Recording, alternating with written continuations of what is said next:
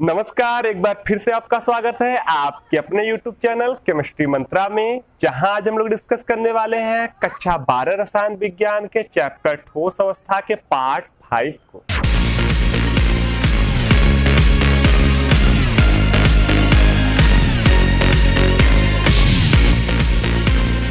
आइए सबसे पहले देख लेते हैं कि आज हम लोग इस वीडियो में किन किन टॉपिकों को डिस्कस करने वाले हैं। तो आज इस वीडियो का जो सबसे मुख्य टॉपिक होगा वो होगा ठोसों में अपूर्णताएं या दोष। इसी के अंतर्गत हम लोग देखने वाले हैं स्टाइकियोमेट्री दोष, और स्टाइकियोमेट्री दोष के अंतर्गत हम लोग देखेंगे रिक्तिका दोष, अंतराकाशी दोष, फ्रैकेल दोष और साटकी दोष। इसके बाद हम लोग देखने वाले हैं अगला अशुद्धता दोष, और सबसे लास्ट में देखेंगे नॉन स्टाइकियोमेट्री दोष। नॉन स्टाइकियोमेट्री दोष भी दो प्रकार का होगा, धातु अधिक दोष और दूसरा धातु न्यूनता दोष। तो इतने सारे पॉइंटों को आज हम लोग इस वीडियो में डिस्कस करने वाले हैं। आइए सबसे पहले हम लोग देख लेते हैं कि हम लोग ठोसों में अपूर्णताएं या दोष किसे कहते हैं। तो एक सिंपल लाइन में बोलना होगा तो सिंपली हम कह सकते हैं किसी ठोस के क्रिस्टल में उसकी पूर्ण क्रमिक व्यवस्था में कोई भी विचलन ठोसों में अपूर्णताएं या दोष कहलाती है। यानी सिंपल कहने का मतलब क्या है कि आप पहले ही पढ़ चुके हैं कि जब कोई ठोस होता है तो उसमें कण जो होते हैं वो एक नियमित क्रम में व्यवस्थित होते हैं।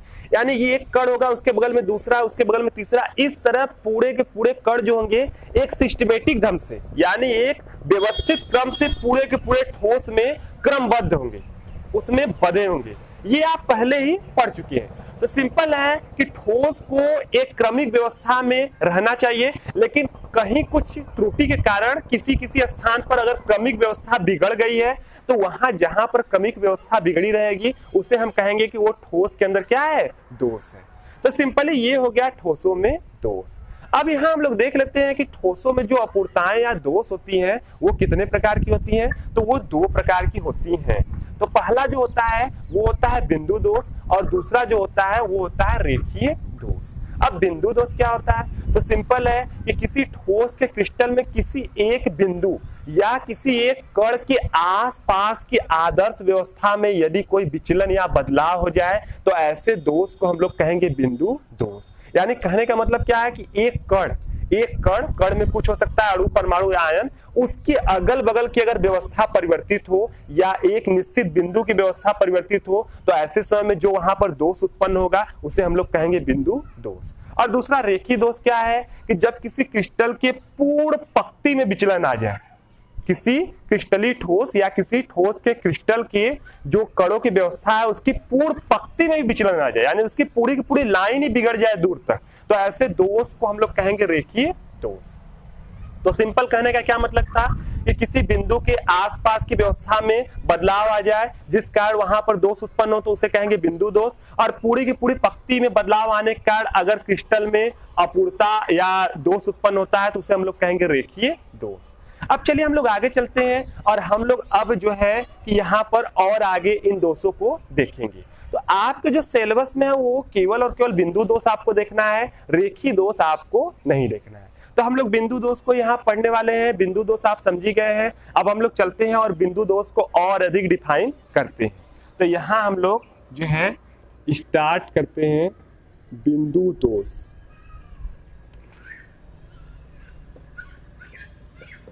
अब देखिए बिंदु दोष आप समझी गए हैं कि एक बिंदु के आसपास की व्यवस्था परिवर्तित हो जाए तो इस प्रकार जो वहां दोष उत्पन्न होगा उसे कहेंगे बिंदु दोष। बात करते हैं ये कितने प्रकार का होता है। तो बिंदु दोष जो होता है वो होता है मुख्यतः 3 प्रकार का। पहला जो होता है वो होता है स्टाइकियोमेट्री,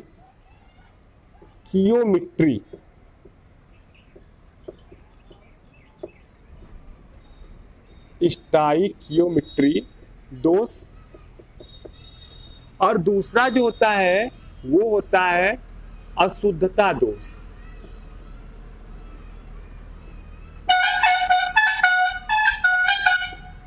अशुद्धता दोष, और तीसरा जो होता है वो होता है नॉन स्टाइकियोमेट्री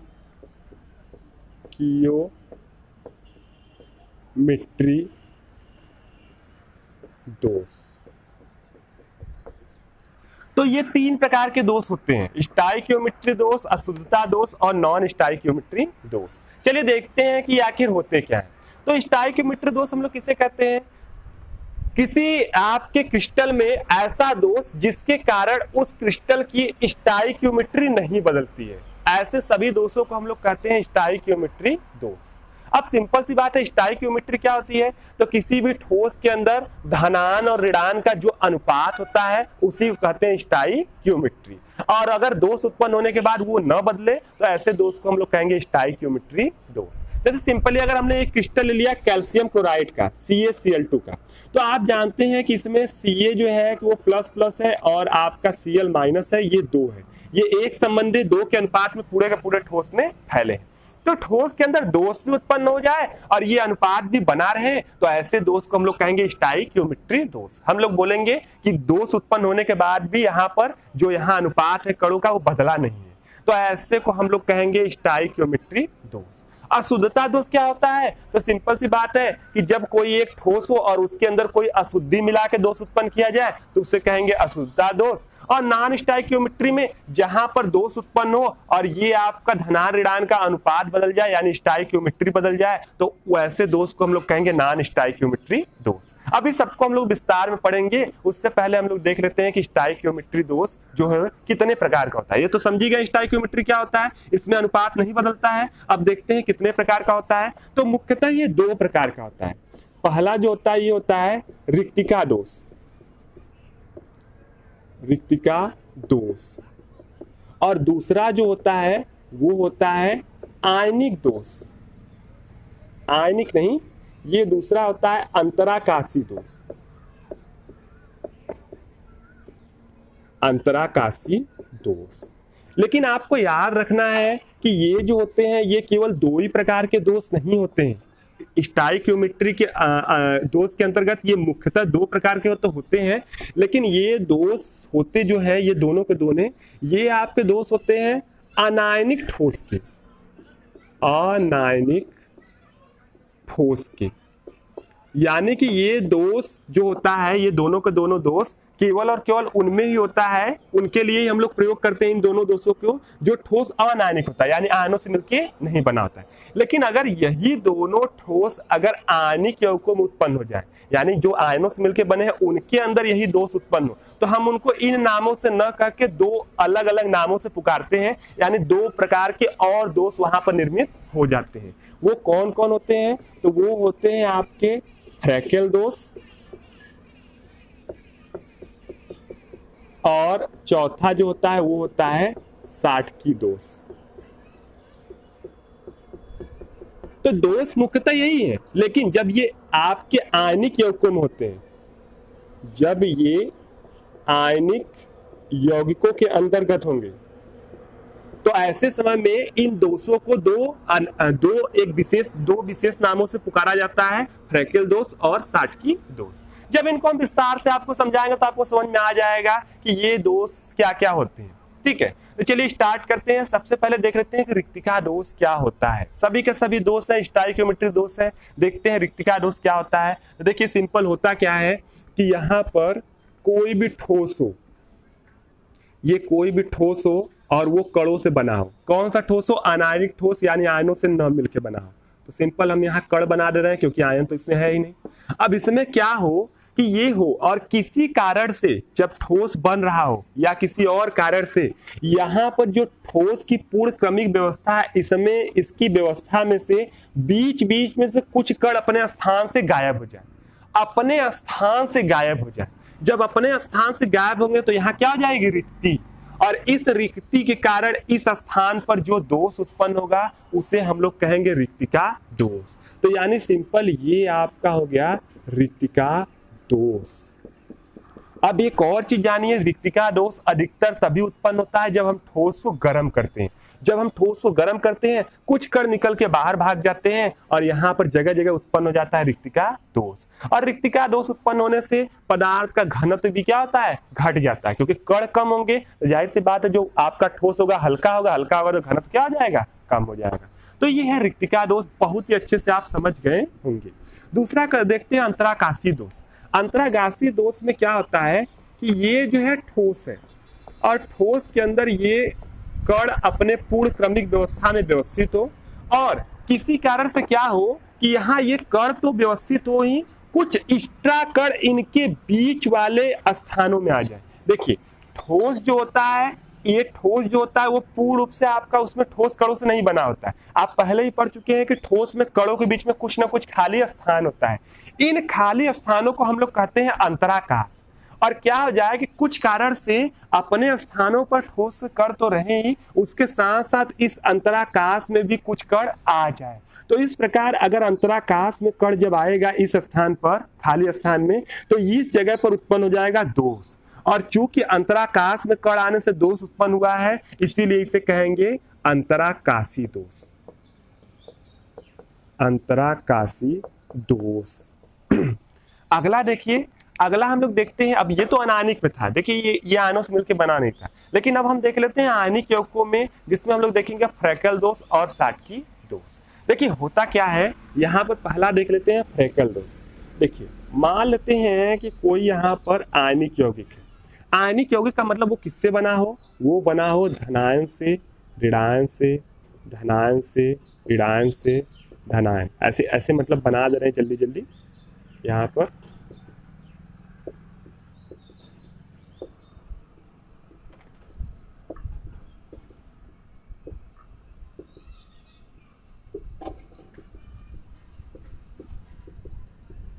अब देखिए ऐसे धनान ऋणान धनान ऋणान से कोई ठोस बना हो, आयनिक ठोस, और इस समय हो क्या कि इस समय जो है कि कोई भी आयन क्या हो, किसी कारणवश कोई भी आयन अपने स्थान से हटकर कहीं दूसरे अंतराकाश में चला जाए। आप जानते हैं कि यहाँ कणों के बीच में खाली स्थान होता है जिसे अंतराकाश कहते हैं। अब क्या हो कि कोई इसमें से आयन, जनरली वही आयन जाएगा जो छोटा हो, क्योंकि अंतराकाश में जगह कम होता है, तो छोटा वाला ही आयन जा पाएगा, बड़ा वाला तो कभी वहां जा नहीं पाएगा, यहाँ एडजस्ट ही नहीं होगा।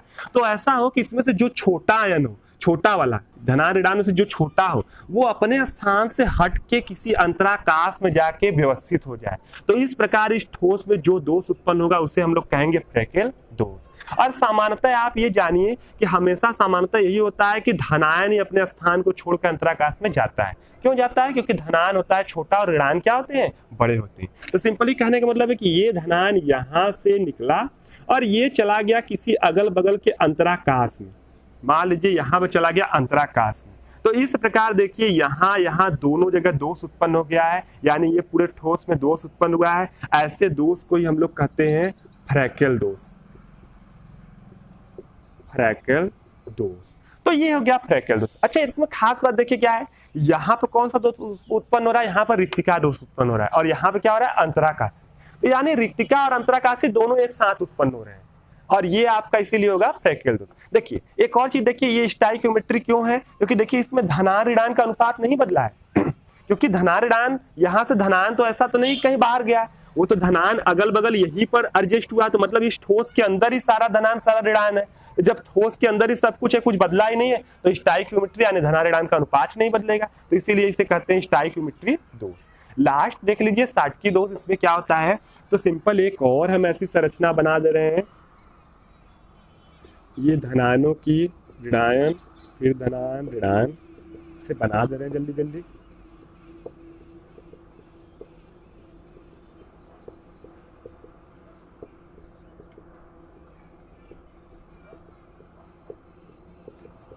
अब देखिए एक और हमने संरचना बना दिया। अब क्या हो कि कुछ विशेष कारणों से इसमें क्या हो जाए कि बराबर संख्या में धनान ऋणान निकल के बाहर चले जाए या अपने स्थान से अनुपस्थित हो। बराबर संख्या में जब किसी ठोस क्रिस्टल में धनान ऋणान अपने स्थान से अनुपस्थित हो, तो ऐसे समय में इस ठोस में जो दोष उत्पन्न होगा उसे हम लोग कहेंगे साटकी दोष। यानी कहने का मतलब है कि एक धनान अपने स्थान से गायब है तो एक ऋणान भी अपने स्थान से गायब है, बराबर संख्या में ये गायब है। 100 धनान गायब है तो 100 ऋणान भी गायब है, 1 लाख धनान गायब है तो 1 लाख ऋणान भी गायब है। तो इस तरह यहाँ पर जो दोष उत्पन्न होगा उसे हम लोग कहेंगे साटकी दोष। इसे हम लोग कहेंगे साटकी दोष। और देखिए यहाँ भी स्टाइकियोमेट्री नहीं बदली है, क्योंकि जितना धनान बाहर निकला है उतना क्या निकला है, ऋणायन।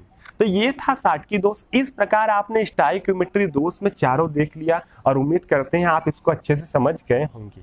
चलिए इसी में हम लोग अशुद्धता दोष भी देख लेते हैं। तो अशुद्धता दोष क्या होता है? तो सिंपली जब किसी ठोस क्रिस्टल में हम बाहर से कोई अशुद्धि वाला पदार्थ मिलाकर और उसको मिलाकर वहां दोष उत्पन्न करते हैं तो ऐसे दोष को अशुद्धता दोष कहते हैं। जैसे देखिए सिंपल एग्जांपल हम लोग क्या ले लें, NaCl ले लें। एक और संरचना बनाते हैं NaCl की। NaCl में देखिए होता है Na प्लस और होता है Cl माइनस, फिर होता है Na प्लस Cl माइनस, इधर आपका Cl माइनस होगा और होगा Na प्लस, और फिर होता है Cl माइनस Na प्लस, इधर होगा Na plus Cl minus Na plus Cl minus. देखिए एक हमने ये संरचना बना दिया, ठीक है। अब क्या हो जाए कि ये आपका NaCl का शुद्ध क्रिस्टल है। हमने इसमें क्या किया, कोई बाहरी पदार्थ मिला दिया। जैसे बाहरी पदार्थ मान लीजिए कि हमने मिला दिया स्ट्रांसियम क्लोराइड SrCl2। अब स्ट्रांसियम क्लोराइड में आप देखेंगे कि इसमें है Sr++ और इसमें है Cl माइनस। अब इसमें जब ये मिक्स होगा तो जाहिर सी बात है धनायन की जगह ये जाएगा, ऋणायन की जगह ये कुछ स्थानों को घेरेगा। ये तो ऋणायन का स्थान घेरेगा तो पहले से क्लोरीन है, कोई फर्क नहीं पड़ेगा। लेकिन अगर ये धनायन का स्थान घेर ले तो जहां जहां ये घेरेगा वहां वहां अशुद्धि हो जाएगी, क्योंकि वहां होना चाहिए था सोडियम को, लेकिन अब कौन हो गया, स्ट्रांसियम। तो ऐसे समय में जो दोष उत्पन्न होगा उसे हम लोग कहेंगे अशुद्धता दोष। अब देखिए इसमें दोष उत्पन्न करना है तो हम लोग करते कैसे हैं, सोडियम क्लोराइड लेते हैं, उसको गला देते हैं और गलाने के बाद थोड़ी मात्रा में स्ट्रांसियम क्लोराइड उसमें मिलाकर जो है मिला देते हैं और मिलाकर जब ठंडा करते हैं तो कुछ जगहों सोडियम के कुछ जगहों पर कौन आ जाता है, स्ट्रांसियम प्लस आ जाता है। क्योंकि स्ट्रांसियम पर डबल प्लस है इसी कारण ये दो सोडियम के स्थानों को एक साथ घेरता है, यानी कि एक स्ट्रांसियम आएगा तो सोडियम के दो कण जो होंगे वहां से निकल गए होंगे या अपने स्थान पर नहीं रहेंगे। एक ये जिसमें रहेगा और इसके बगल वाला एक खाली रहेगा। क्यों ऐसा होता है, क्योंकि इस पर डबल प्लस है। आप जानते हैं ठोस जो होगा वो उदासीन होता है, तो धनायन ऋणायन का अनुपात सेम करने के लिए अगर ये आपका 2 आएगा तो यहाँ ये 1 आएगा तो यहाँ 2 सोडियम को गायब होना पड़ेगा। तो गलाकर इसमें मिलाते हैं तो ऐसी कंडीशन आ जाती है, और ऐसी कंडीशन आती है देखिए इस ठोस में जगह जगह दोष उत्पन्न हो गए हैं, तो इस दोष को हम लोग कहते हैं अशुद्धता दोष। और एक और चीज है, अशुद्धता दोष उत्पन्न करने की जो प्रक्रिया होती है, यानी बाहर से कोई अशुद्धि पदार्थ इसमें मिलाकर इसको अशुद्ध करने की जो प्रक्रिया होती है उसे हम लोग डोपिंग करते हैं। डोपिंग पूछा जा सकता है, डोपिंग क्या होता है, तो सिंपल सी बात है, किसी ठोस के अंदर दूसरे पदार्थ को मिलाकर अशुद्धि उत्पन्न करने की प्रक्रिया कहलाती है डोपिंग। तो ये आपने समझ लिया। लास्ट बचा है नॉन स्टोइकियोमेट्री दोष, चलिए इसको भी देख लेते हैं।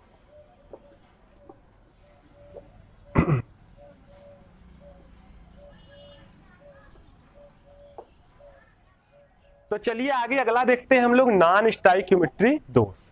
देखिए यहाँ पर समय की बचत के लिए हमने पूरा चित्र बना दिया है और ये लिख दिया है, अब इसको हम आपको आसानी से समझा दे रहे हैं। देखिए हम पहले ही बता दिए थे आपको कि नॉन स्टोइकियोमेट्री में 2 प्रकार के दोष होते हैं, एक धातु अधिक की ओर दोष होता है, एक धातु न्यूनता दोष होता है। अब धातु मतलब क्या होता है, आप धातु किसे समझेंगे, तो किसी भी क्रिस्टल में जो धनायन होता है उसे हम लोग धातु मानते हैं। आप पहले ही पढ़ चुके हैं कि धातु के अंदर क्या गुण होता है, धातु जो होते हैं वो अपने इलेक्ट्रॉन त्याग के धनायन बनाते हैं, तो इसमें धनायन का मतलब ये हो गया धातु। तो इसे हम लोग कहें धातु अधिक दोष या धनायन अधिक दोष, दोनों एक ही बातें हैं। तो देखिए यहाँ पर देखना सबसे पहले हमको है कि धातु अधिक दोष यानी इसमें धातु की अधिकता कैसे हो जाती है। पहली बात देखिए नॉन स्टोइकियोमेट्री, नॉन स्टोइकियोमेट्री का मतलब धनायन ऋणायन का अनुपात बदलेगा, तो धातु अधिक का मतलब धातु ज्यादा हो गया। जब धातु ज्यादा हो गया यानी आपका जो है अधातु कम, यानी धनायन ज्यादा हो गया ऋणायन कम हो गया, तो अनुपात क्या हो जाएगा, चेंज हो जाएगा। इसी कारण इन दोषों को हम कहेंगे नॉन स्टोइकियोमेट्री दोष। उसी तरह धातु न्यूनता दोष भी एक नॉन स्टोइकियोमेट्री दोष होगा, क्योंकि वहां पर धनायन कम हो जाएंगे और ऋणायन हो जाएगा ज्यादा। तो आइए देखते हैं कि ये दोष कितने प्रकार से उत्पन्न होते हैं। तो सबसे पहले हम देखते हैं धातु अधिक दोष। धातु अधिक दोष यानी जहां धातु अधिक होगा उसके 2 तरह से अधिक होने के चांसेस हैं, यानी 2 तरह से धातु अधिक होता है। पहला ऋणायनिक रिक्तिका के कारण धातु अधिक दोष। ऋणायनिक रिक्तिका के कारण क्या हुआ कि जैसे कि ये आपका ठोस है और किसी कारणवश यहाँ का जो ऋणायन है वो निकल के बाहर चला जाए या अपने स्थान से अनुपस्थित हो जाए, तो जब ये अपने स्थान से अनुपस्थित हो जाएगा ऋणायन, तो जाहिर सी बात इसमें धनायन क्या हो जाएंगे, अधिक, और यहाँ पर दोष भी उत्पन्न होगा, तो इसे कहेंगे हम लोग धातु अधिक दोष। अब इसका एक सिंपल एग्जांपल हम लोग देख लेते हैं। जैसे हम लोग क्या ले लिए, NaCl ले लिए। मान लीजिए कि ये NaCl का आपका पूरा ठोस क्रिस्टल है और इसके लेने के बाद इसको हम सोडियम वाष्प की उपस्थिति में गर्म करें। सोडियम ले लिए, उसका वाष्प बना के और उसको उपस्थिति में गर्म कर दिए। तो जब सोडियम का वाष्प यहाँ पर जाएगा तो यहाँ यानी केवल सोडियम सोडियम है ऐसे, ठीक है। तो जब यहाँ सोडियम का वाष्प जाएगा तो सोडियम क्रियाशील होता है, वो इनके साथ जुड़ना चाहेगा। तो ऐसे होता क्या है कि ऐसी कंडीशन में ये अंदर से कुछ ऋणायन जो होते हैं, आप जानते हैं कि जो सोडियम होता है वो अपना इलेक्ट्रॉन त्याग देता है और त्याग के बना लेता है Na+। तो सोडियम अपना इलेक्ट्रॉन त्याग के Na+ बनाना यहाँ पर चाहेगा और इसी कारण ये यहाँ से प्लस बनाने के बाद यहाँ पर ये माइनस से जुड़ना चाहेगा। इस कारण यहाँ से वो कुछ ऋणायनों को खींच लेगा अपने साथ जोड़ने के लिए। तो वही होता है कि यहाँ जब ऐसा करते हैं तो कुछ ऋणायन यानी जो Cl- होते हैं कुछ बाहर निकल आते हैं और जब वो अपने स्थान से बाहर निकल के चले जाते हैं तो यहाँ पर हो जाता है एक छिद्र। देखिए यहाँ से ऋणायन निकल के चले गए, यहाँ हो गया छिद्र, यहाँ से ऋणायन निकल के कहीं बाहर चले गए, हो गया छिद्र, और ये छिद्र हो जाता है। तो यहाँ पर आप देखिए दोष उत्पन्न हुआ और आप देख रहे हैं कि यहाँ पर धनायन अधिक हो गया और ऋणायन कम हो गए, इसीलिए इसे कहेंगे धातु अधिक दोष, और ये ऋणायनिक रिक्तिका के कारण हुआ है। अब एक और चीज देखिए, ठोस जो होता है वो आपका भले इसमें धनायन अधिक हो लेकिन ठोस पूरा का पूरा उदासीन ही रहेगा, यानी इसमें ऋणायन भले कम हुए लेकिन ठोस पूरा का पूरा उदासीन रहेगा। तो जाहिर सी बात है अब ठोस को उदासीन करने के लिए जितना धनावेश है उतना ऋणावेश चाहिए, लेकिन ऋणायन तो ऋणावेश निकल लेके चला गया। तो अब यहाँ पे क्या होगा, तो ऐसे जगह पर आवेश को संतुलित करने के लिए इन स्थानों पर इलेक्ट्रॉन आ जाते हैं।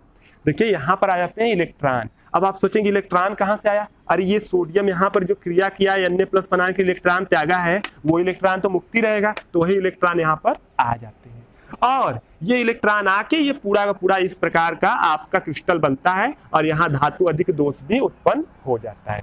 अब यहाँ एक और खास बात है कि जहाँ ये इलेक्ट्रॉन आता है इसको हम लोग कहते हैं यप केंद्र। यप केंद्र कहते हैं। क्यों यप केंद्र कहते हैं, क्योंकि इस इलेक्ट्रॉन के आने से यहाँ पर रंग उत्पन्न हो जाता है, कलर उत्पन्न हो जाता है। जैसे यहाँ सोडियम क्लोराइड में जैसे यहाँ पर इलेक्ट्रॉन आते हैं यानी धातु अधिक दोष उत्पन्न होता है तो ये पीले कलर का हो जाता है, ये पीले कलर का हो जाता है। और पीले कलर का कारण क्या है, यही है आपका इलेक्ट्रॉन। ये इलेक्ट्रॉन जो होता है इसी कारण यहाँ पर उत्पन्न होता है आपका कलर, इसीलिए इसे यप केंद्र कहते हैं या रंग केंद्र कहते हैं। यप कहाँ से आया, तो यप एक जर्मन शब्द है जो फाइब्रेन जेंटर शब्द से लिया गया है। जर्मन में जो है फाइब्रेन जेंटर शब्द को हम लोग रंग कहते हैं, उससे रंग उत्पन्न करने वाले चीजों से संबंध उसका है उस शब्द का, तो इसीलिए उसे हम लोग यप केंद्र कहते हैं।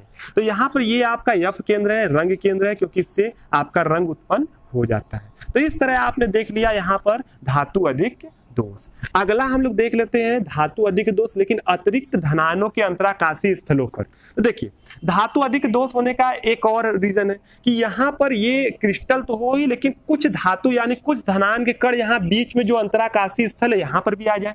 तो जाहिर सी बात है जब कुछ धनायन यहाँ पर आ जाएंगे तो उसमें धनायनों की संख्या अधिक यानी धातुओं की संख्या अधिक, तो दोष उत्पन्न हो जाएगा धातु अधिक के दोष। जैसे यहाँ पर देखिए एग्जाम्पल में जैसे हम लेते हैं जिंक ऑक्साइड, ये जिंक ऑक्साइड क्रिस्टल ले लिए और इसको हमने कर दिया गर्म। अब जब इसको गर्म करते हैं तो ये देखिए बनता क्या है, जिंक प्लस प्लस बनता है, प्लस यहाँ पर ऑक्सीजन निकल जाती है आपका और प्लस यहाँ पर 2 इलेक्ट्रॉन भी बाहर निकलते हैं। अब देखिए ऑक्सीजन गैस है, निकल के चली गई बाहर। जब ऑक्सीजन निकल के चली गई बाहर तो जाहिर सी बात है इसके स्थान खाली हो गए और यहाँ पर ये जिंक प्लस प्लस जो जाएगा ये बच जाएगा। अब जब ये बच जाता है जिंक प्लस तो ये जिंक प्लस प्लस इनके बीच में जो खाली स्थान होता है इन खाली स्थानों पर जाके एडजस्ट हो जाता है। ये जो भी खाली स्थान है यहाँ पर जो जिंक प्लस प्लस बनता है, यहाँ डबल प्लस बना देते हैं, ये खाली स्थानों पर जाके भर जाता है। ठीक है, यहाँ जहाँ जहाँ उसको खाली स्थान मिलता है वहां भर जाता है।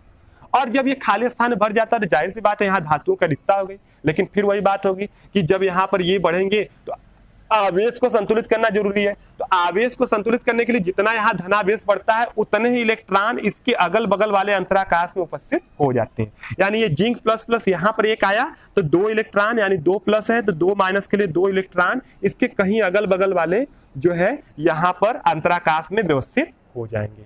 तो इस प्रकार इसमें दोष उत्पन्न होता है। और खास बात यह है कि इसमें भी रंग उत्पन्न होता है। क्यों? क्योंकि इसमें भी तो इलेक्ट्रॉन है तो यहाँ भी रंग उत्पन्न होता है। ये जिंक ऑक्साइड होता है सफेद कलर का, लेकिन जब इसमें ये दोष उत्पन्न होता है तो ये भी हो जाता है पीले कलर का। तो इस तरह आपने देख लिया धातु अधिक दोष में दोनों, एग्जाम्पल भी देख लिया, अच्छे से समझ भी लिया। देखते हैं धातु न्यूनता दोष क्या होता है। तो धनान रिक्तियों के कारण आपको धातु न्यूनता दोष बता दे रहे थे कि धातु न्यूनता दोष क्या होता है। जब आपका किसी क्रिस्टलीय ठोस में धातु यानी धनायनों की कमी हो जाती है तो इस प्रकार जो दोष उत्पन्न होगा उसे कहेंगे धातु न्यूनता दोष। नाम से ही लग रहा है, कुछ सोचना ही नहीं है। अब ये दोष कैसे उत्पन्न होता है, तो ऐसा होता है कि जो ठोस होते हैं उसमें होता क्या है कि ठोस में कभी कभी ऐसा होता है कि धनायन जो होते हैं वो अपने स्थान से अनुपस्थित हो जाते हैं, यानी अपने स्थान पर वो रहते ही नहीं है, या किसी कारण से वो अपने स्थान से हट के बाहर चले जाते हैं, क्रिस्टल ठोस में नहीं रहते हैं। तो ऐसे समय में जो दोष उत्पन्न होता है उसे कहेंगे हम लोग जो है धातु न्यूनता दोष। जैसे यही आपका ठोस है, इसमें से एक धनायन गायब हो जाए, जैसे एक या मतलब धनायन अपने स्थान से गायब हो जाए, जैसे यहाँ से ए गायब हो जाए। अब देखिए जब ये यहाँ से गायब हो गया तो जाहिर सी बात है कि अब ए गायब हो गया, तो अब आप देखेंगे कि यहाँ पर यानी धातु एक गायब हो गया, तो अब देखेंगे धातुओं की कमी हो गई, यानी धातु न्यून मात्रा में हो गए। तो इस प्रकार यहाँ जो दोष उत्पन्न हुआ उसे कहेंगे धातु न्यूनता दोष। अब एक और समस्या यहाँ पर आती है कि यहाँ पर तो इसके अंदर धनायन ऋणायन का अनुपात सेम होना चाहिए।